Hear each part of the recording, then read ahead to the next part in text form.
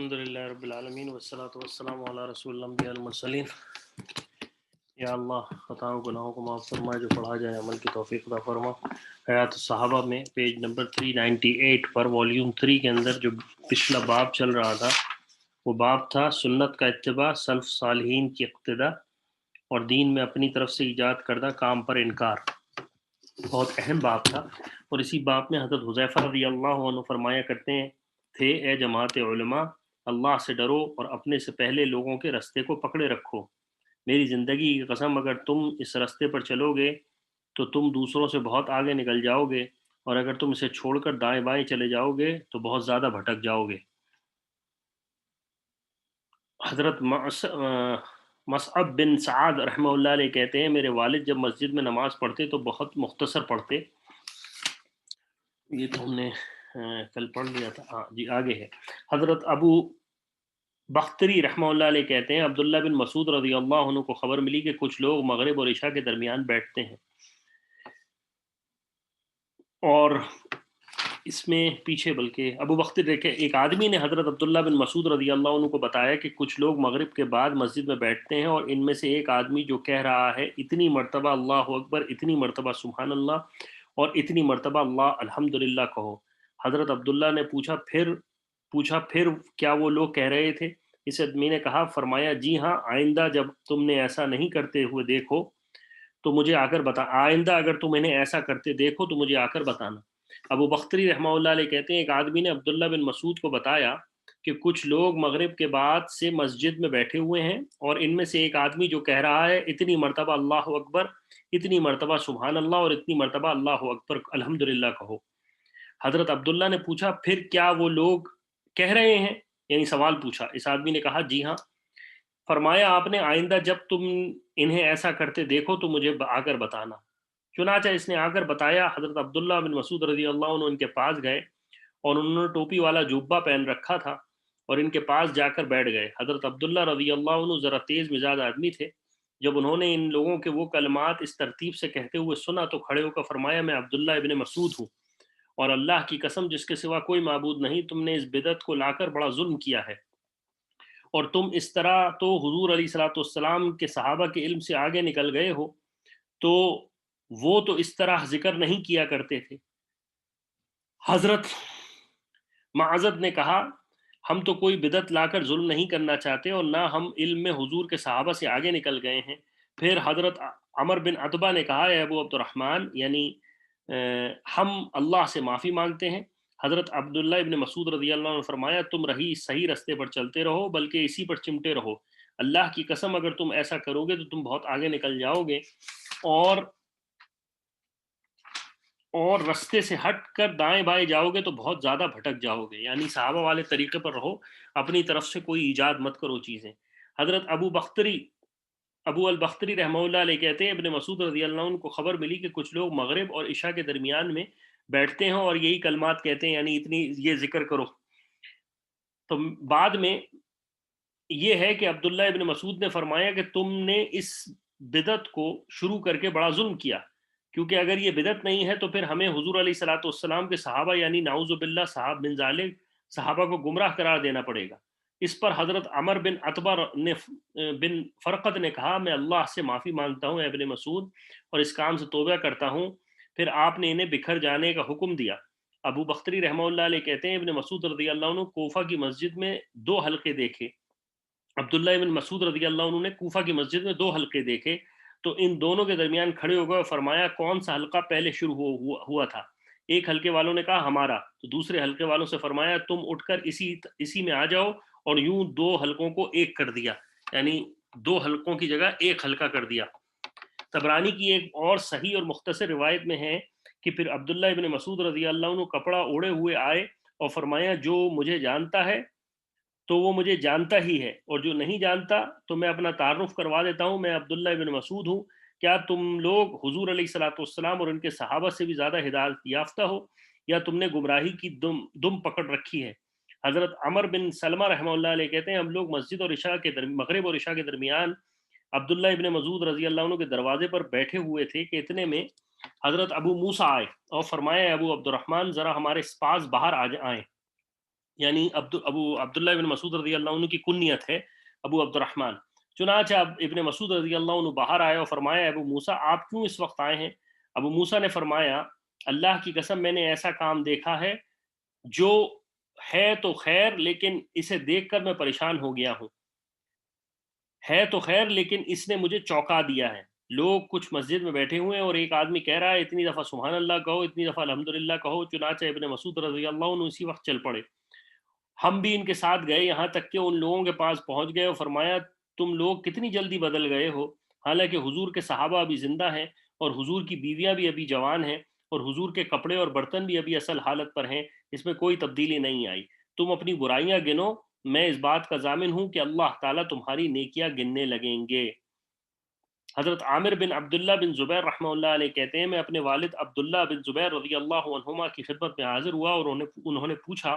تم کہاں تھے؟ میں نے کہا مجھے کچھ لوگ ملے تھے، میں نے ان سے بہتر آدمی کبھی نہیں دیکھے، وہ لوگوں کا اللہ کا ذکر کر رہے تھے، پھر ان میں سے ایک آدمی کانپنے لگا اور تھوڑی دیر میں اللہ کے ڈر سے بے ہوش ہو گیا، اس لیے میں ان کے ساتھ بیٹھ گیا۔ انہوں نے کہا اس کے بعد ان کے ساتھ کبھی نہ بیٹھنا۔ جب انہوں نے دیکھا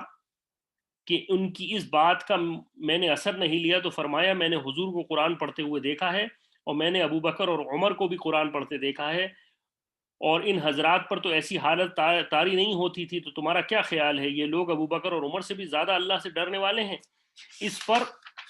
مجھے بات سمجھ میں آ گئی کہ بات یوں ہی ہے اور میں نے ان لوگوں کو چھوڑ دیا۔ یعنی کسی کے رونے دھونے سے یا کسی کی بہت زیادہ تقوی اگر صحابہ سے زیادہ ہوتا تو صحابہ اس میں سب سے اوپر ہوتے، اللہ اور اس کے رسول اور اس کے بعد پھر صحابہ۔ حضرت ابو صالح سعید بن عبد الرحمن کہتے ہیں کہ ابن عطر تشتبی کھڑے ہو کر لوگوں میں قصہ گوئی کر رہا تھا، تو اس سے حضور کے صحابی صلاح بن حارث غفاری رضی اللہ عنہ نے فرمایا ہم نے حضور کے عہد کو چھوڑا نہیں ہے اور کوئی قطع رحمی کی نہیں کی ہے، تو پھر تم اور تمہارے ساتھی کہاں سے ہمارے درمیان قصہ گوئی کے لیے کھڑے ہو گئے اور اپنی برائیوں کے اظہار کے لیے کوئی قصہ گوئی کر رہے ہو؟ یعنی کیا اپنی برائیوں کے بارے میں قصہ گوئی کر رہے ہو؟ ابن عمر حضرت عمر بن زرع رحمہ اللہ علیہ کہتے ہیں میں بیان کر رہا تھا، اتنے میں عبداللہ بن مسعود آ کر کھڑے ہو گئے رضی اللہ عنہ اور فرمایا تم نے گمراہی والی بدعت ایجاد کی ہے، یا تم حضرت محمد علیہ الصلوۃ والسلام اور ان کے صحابہ سے زیادہ ہدایت یافتہ ہو گئے ہو۔ میں نے دیکھا کہ یہ بات سنتے ہی تمام لوگ اٹھ کر ادھر ادھر چلے گئے اور میری جگہ پر ایک آدمی بھی نہ رہا۔ یعنی عبداللہ ابن مسعود رضی اللہ عنہ کی بات کا اتنا وزن تھا کہ ان کی بات سننے والا کوئی نہ رہا۔ اب جو نیا باب ہے وہ کہ بہت اہم باب ہے، وہ ہے جس رائے کا قرآن و حدیث سے ثبوت نہ ہو ایسی اصل رائے سے بچنا۔ یعنی جب قرآن و حدیث یعنی ایک رائے بات کی جا رہی ہے، اس کی رائے قرآن کی وہ بات کی جائے جو کہ حدیث کے مطابق ہو یا قرآن کے باتوں سمجھ میں آتی ہے، لیکن اپنی رائے ڈالنے سے بچنا۔ حضرت ابن شہاب رحمہ اللہ علیہ کہتے ہیں ایک دفعہ عمر بن خطاب رضی اللہ عنہ نے ممبر پر فرمایا اے لوگوں، حتمی اور درست رائے تو صرف حضور علیہ الصلوۃ والسلام ہی کی تھی، کیونکہ اللہ ہی نے انہیں یہ رائے سمجھائی تھی، اور ہماری رائے تو بس گمان اور تکلف ہی ہے۔ حضرت صدقہ بن ابی عبداللہ رحمہ اللہ علیہ کہتے ہیں عمر بن خطاب رضی اللہ عنہ فرماتے اپنی رائے پر چلنے والے سنتوں کے دشمن ہیں، سستی کی وجہ سے سنتیں یاد نہیں کی اور جتنی یاد تھیں انہیں محفوظ نہیں رکھا، اور جب ان سے ایسی بات پوچھی گئی جس کا جواب نہیں آتا تو شرم کے مارے یہ نہیں کہا کہ ہم نہیں جانتے، اس لیے سنتوں کے مقابلے میں اپنی رائے لے آئے۔ ایسے لوگوں سے بچ کر رہنا، یعنی ان کو نہ سنتوں کا پتہ ہو اور نہ چیزوں کی نہ قرآن کا پتہ ہو، اور وہ جب ان سے سوال کیا جائے تو وہ اپنی رائے دیں، تو ان کے بارے میں فرمایا ایسی لوگوں سے بچ کے رہنا۔ آج یہی حال ہے نا کہ لوگ اپنی رائے سے بات کرتے ہیں اور کہتے ہیں کہ صحابہ جو ہے وہ ان کی رائے کیوں قبول کریں، ہم اپنی بات کیوں نہ کریں۔ حضرت عمر رضی اللہ عنہ نے فرمایا سنت تو وہ ہے جسے اللہ اور اس کے رسول نے مقرر فرمایا، تم اپنی غلط رائے کو امت کے لیے سنت مت بناؤ۔ کنز کی روایت میں اس کے بعد یہ ہے ان الظن لا یغنی من الحق شیئا، اور یقیناً بے اصل خیالات امر حق میں ذرا بھی مفید نہیں ہوئے۔ حضرت عمر بن دینار رحمہ اللہ علیہ کہتے ہیں ایک آدمی نے حضرت عمر سے کہا اللہ تعالیٰ نے آپ کو جو کچھ سمجھایا ہے آپ اس کے مطابق فیصلہ کریں۔ حضرت عمر نے فرمایا ایسی بات نہ کہو کیونکہ یہ تو حضور کی خصوصیت ہے، یعنی وہی تو حضور کے اوپر آتی ہے کہ ان کو ہر بات اللہ کی طرف سے، ان کی ہر بات اللہ کی طرف سے ہوتی تھی، ہمارے دل میں جو بات آتی ہے وہ شیطان کی طرف سے بھی ہو سکتی ہے۔ یہ بات دراصل حضرت عمر رضی اللہ عنہ کا تقوی اور تواضع ہے۔ حالانکہ اللہ کے رسول علیہ الصلوۃ والسلام کی متعدد احادیث ہیں حضرت عمر کے بارے میں ہیں کہ حضرت عمر کی بات پر ایک حدیث میں ہے کہ اللہ کے رسول نے فرمایا اللہ تعالیٰ نے عمر کی زبان پر حق جاری کر دیا ہے، اور ایک جگہ فرمایا کہ جس راستے سے عمر گزر جاتا ہے اس جگہ شیطان نہیں گزرتا۔ تو ایسی یہ بات حضرت عمر نے تواضع کے، ورنہ حضرت عمر رضی اللہ عنہ اللہ اور اس کے رسول کی سنت کے خلاف کریں گے، ایسا کیسے ممکن ہے؟ ابن مسعود رضی اللہ عنہ نے فرمایا یوں مت کہا کرو کہ بتائیں آپ کی کیا رائے ہے، بتائیں آپ کی کیا رائے ہے، کیونکہ تم سے پہلے اسی طرح کہنے کی وجہ سے لوگ ہلاک ہوئے، اور ایک چیز پر دوسری چیز کا قیاس نہ کیا کرو ورنہ تمہارے قدم جمنے کے بعد پھسل جائیں گے، اور جب تم میں سے کسی سے ایسی بات پوچھی جائے جو وہ نہ جانتا ہو تو کہہ دے اللہ ہی جانتا ہے، کیونکہ یہ کہنا بھی ایک تہائی علم ہے، یعنی یہ کہہ دینا کہ میں نہیں جانتا یہ بھی بہت بڑا علم ہے۔ ابن مسعود رضی اللہ عنہ فرماتے تھے کہ ہر آنے والا سال پہلے سال سے برا ہوگا، اپنی ذات کے اعتبار سے تو کوئی سال کسی سال سے بہتر نہیں، کوئی جماعت کسی جماعت سے بہتر نہیں، لیکن ہوگا یوں کہ تمہارے علماء اور تمہارے بھلے اور بہترین لوگ چلے جائیں گے، اور پھر ایسے لوگ آئیں گے جو اپنی رائے سے تمام کاموں میں قیاس کرنے لگ جائیں گے، اور اس طرح اسلام میں شگاف پڑ جائے گا اور وہ گر جائے گا۔ عبداللہ بن عباس رضی اللہ عنہ فرماتے ہیں کہ دین میں اصل تو اللہ کی کتاب اور رسول اللہ صلی اللہ علیہ وسلم کی سنت ہے، اس کے بعد جو اپنی رائے سے کچھ کہے گا تو معلوم نہیں کہ اسے وہ اپنی نیکیوں میں پائے گا یا برائیوں میں۔ حضرت عطا رحمہ اللہ علیہ اپنے والد سے نقل کرتے ہیں کہ نبی علیہ الصلوۃ والسلام کے ایک صحابی سے کسی چیز کے بارے میں پوچھا گیا تو انہوں نے فرمایا مجھے اپنی رب سے اس بات سے حیا آتی ہے کہ رسول اللہ صلی اللہ علیہ وسلم کی امت کے بارے میں اپنی رائے سے کچھ کہوں۔ اس کے بعد باب ہے نبی علیہ الصلوۃ والسلام کے صحابہ کا اجتہاد کرنا، یہ بہت اہم بات ہے، یہ یاد رکھیں، یہ جو حدیث آ رہی ہے بہت اہم حدیث ہے۔ حضرت معاذ، اور اس سے بہت سارے پہلو بھی نکلیں گے، حضرت معاذ بن جبل رضی اللہ عنہ فرماتے ہیں جب نبی کریم صلی اللہ علیہ وسلم نے مجھے یمن بھیجا تو فرمایا تمہارے سامنے کوئی مقدمہ پیش آئے تو کس پر فیصلہ کرو گے؟ میں نے کہا کتاب اللہ کے مطابق۔ حضور علیہ الصلوۃ والسلام نے فرمایا اگر اللہ کی کتاب میں نہ پاؤ تو پھر؟ میں نے کہا رسول اللہ صلی اللہ علیہ وسلم کی سنت کے مطابق۔ اگر آپ نے فرمایا اگر سنت کو نہ پاؤ تو پھر میں نے کہا پھر اپنی رائے سے اجتہاد کروں گا اور سوچ بچار میں کمی نہیں کروں گا۔ اس پر حضور نے میرے سینے پر ہاتھ مار کر فرمایا تمام تعریف اس اللہ کے لیے جس نے رسول کے قاصد کو اس چیز کی توفیق عطا فرمائی جس سے اللہ کے رسول خوش ہوئے۔ اب دیکھیں اس حدیث میں ایک اہم بات ہے، یہ ابو داؤد اور ترمذی کی اور درامی کی حدیث ہے اور مشکات کے اندر بھی ہے۔ اللہ کے رسول علیہ الصلوۃ والسلام نے جب پہلے سوال کیا معاذ ابن جبل سے تو آپ نے کہا میں اللہ کی کتاب سے مسئلہ حل کروں گا۔ اللہ کے رسول نے فرمایا اگر کتاب میں نہ ملے، یعنی کہ اس کا اجمالاً چیز موجود ہو لیکن اس کی تفصیلاً قرآن میں ذکر نہ ہو اس کا، تو پھر آپ نے کہا میں سنت رسول پر کروں گا۔ اور پھر اللہ کے رسول نے فرمایا اگر سنت میں بھی نہ ملے تو پھر آپ نے کہا میں اجتہاد کروں گا اور سوچ بچار میں کوئی کمی نہ کروں گا۔ تو اللہ کے رسول علیہ الصلوۃ والسلام نے یہاں پر الحمدللہ اللہ کا شکر کیا تمام شریف ہیں، اور اس کے بعد فرمایا کہ جس نے اللہ کے رسول کے قاصد کو اس کی توفیق دی جسے اللہ کے رسول خوش ہوا، یعنی اللہ کا رسول خوش ہوا اجتہاد کرنے سے۔ اب یہی الحمدللہ اللہ تعالیٰ کے رسول پہلے بھی کہہ سکتے تھے، یعنی جب انہوں نے کہا میں کتاب اللہ سے مسئلہ حل کروں گا، اور جب دوسری دفعہ کہہ سکتے تھے اور تیسری دفعہ میں، لیکن تیسری دفعہ اس لیے تو علماء فرماتے ہیں کہ جب قرآن اور حدیث کا علم مکمل ہو جاتا ہے جب ہی انسان اجتہاد کے علم پر فائز ہوتا ہے، اور اسی لیے اللہ کے رسول علیہ الصلوۃ والسلام نے ان کو دعا دی کہ اللہ تعالیٰ تیرا احسان ہے کہ تو نے مجھے میرے قاصد کو یہ توفیق دی کہ وہ اجتہاد کر سکے، ہر کسی کو نہیں۔ اب معاذ ابن جبل رضی اللہ عنہ سے جب کوئی، اب دیکھیں یہاں ایک اور بات بھی پیش آتی ہے، معاذ ابن جبل رضی اللہ عنہ سے فرمایا اللہ کے رسول تمہارے پاس جب کوئی مقدمہ آئے یعنی کوئی پوچھنے آئے تو اللہ کے رسول معاذ کو بول دیتے تھے معاذ تم یہ بتا دینا بس۔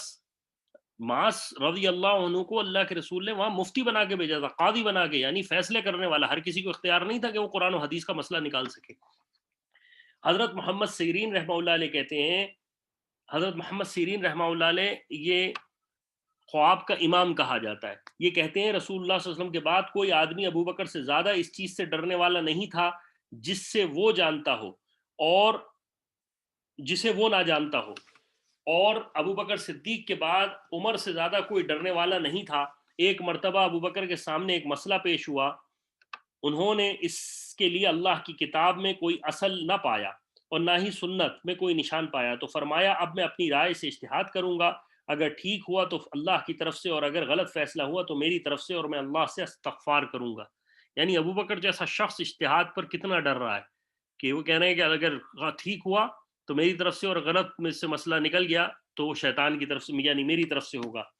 حضرت شرع بن رحمہ اللہ علیہ کہتے ہیں عمر بن خطاب رضی اللہ عنہ نے انہیں یہ خط لکھا کہ جب تمہارے پاس کوئی مقدمہ آئے تو اس میں اللہ کی کتاب کے مطابق فیصلہ کرو، اور اگر تمہارے پاس ایسا مقدمہ آئے جو کتاب اللہ میں نہیں ہے تو پھر اس میں سنت رسول کے مطابق فیصلہ کرو، اور ایسا مقدمہ آئے جو کتاب اللہ میں نہ ہو نہ سنت رسول میں ہو تو پھر فیصلہ کرو جس پر علماء کا اجماع اور اتفاق ہو، یعنی میجورٹی آف علماء جس پر اتفاق کر جائیں۔ اور اگر ایسا مقدمہ آئے جو اللہ کی کتاب میں بھی نہ ہو نہ سنت میں ہو نہ اس میں کسی عالم کی رائے کی کوئی بات ہو، تو پھر دو میں سے ایک بات اختیار کرو، آگے بڑھ کر اپنی رائے سے اجتہاد کر کے فیصلہ کرو، اور چاہے پیچھے ہٹ جاؤ اور کوئی فیصلہ نہ کرو، اور میرے خیال میں پیچھے ہٹنا ہی بہتر ہے۔ اب آپ دیکھیں کتنی اہم بات حضرت عمر رضی اللہ عنہ نے فرمائی کہ تمہارے پاس مسئلہ آئے تو پہلے کتاب اللہ سے مسئلہ حل کرو، نہیں پتہ چلے سنت رسول کو دیکھو۔ تیسری بات، علماء کا اجماع جس پر ہے، یعنی اہل علم وہاں جہاں کس بات پر اتفاق کر جائیں اس کو مان لو، اور اگر وہ بھی نہ مل سکے تو پھر اپنی رائے سے اجتہاد کرو، لیکن میری رائے میں اجتہاد کرنا بہتر نہیں ہے، یعنی تم اس سے بچو، کیونکہ اجتہاد کا مسئلہ یہ ہے کہ اگر خدا نخواستہ آپ نے غلط اجتہاد کیا تو آپ کے اللہ کے آگے پکڑ ہو سکتی ہے۔ تو انسان کو اجتہاد کے منہج کو، اسی لیے ابو حنیفہ، مالک اور شافعی اور حنبل رحمہ اللہ علیہ اجمعین کا جو منصب ہے وہ بہت بڑا ہے، اور یہ بھی ہمارے یہاں ایک کامن کنفیوژن ہے کہ ہم کسی ابو حنیفہ، مالک، شافعی رحمہ اللہ علیہ کوئی ایک فرد کا نام ہے، یہ نام تو فرد کے ہیں لیکن ایک ان کے اسکول آف تھاٹس بن چکے ہیں، اور اسکول آف تھاٹس کا مطلب یہ ہے کہ سینکڑوں لاکھوں ہزاروں علماء سے پروسیس ہو کر ایک مسئلہ اختیار ہوا ہے۔ بہت سارے ایسے مسائل ابو حنیفہ کے ہیں جس پر فتویٰ ابو حنیفہ کے مسئلے پر نہیں ہے ابو حنفی فقہ میں، بلکہ امام محمد اور امام یوسف کے فتووں پر ہے۔ اسی طرح بہت سارے شافعی مسلک میں ایسے اسکول آف تھاٹ میں ایسے مسائل ہیں جس میں ہے تو وہ اسکول آف تھاٹ شافعی، امام شافعی کا، لیکن ان کا فتویٰ جو ہے وہ امام شافعی کے مسلک پر نہیں ہے۔ تو یہ اسکول آف تھاٹ جب ہوتے ہیں تو اسکول آف تھاٹ کا مطلب یہ نہیں ہے کہ کوئی ایک شخص کے اوپر بات ہو رہی ہے، یہ پورے ایک لوگوں کا گروپ ہے، علماء ہے، اہل علم ہے جو کہ ہر دور میں رہے ہیں، اور وہ ہر دور میں فتوے دیتے رہے ہیں مل کر سوچ بچار کر کے، لیکن ان کے میجورٹی فتوے جو ہیں اسی سے کمپائل ہوتے ہیں تاکہ وہ ایک اسکول آف تھاٹ بن گیا۔ یہ کامن مسکنسیپشن ہے لوگوں کے درمیان۔ آگے چل کے ابن مسعود رضی اللہ عنہ نے فرمایا جب کسی معاملے میں فیصلہ کرنے کی ضرورت پیش آ جائے تو اسے کتاب اللہ کے مطابق فیصلہ کرے، اور اگر ایسا معاملہ ہو جو کتاب اللہ میں نہ ہو تو پھر اس میں وہ فیصلہ کرے جو رسول اللہ صلی اللہ علیہ وسلم نے کیا، اور اگر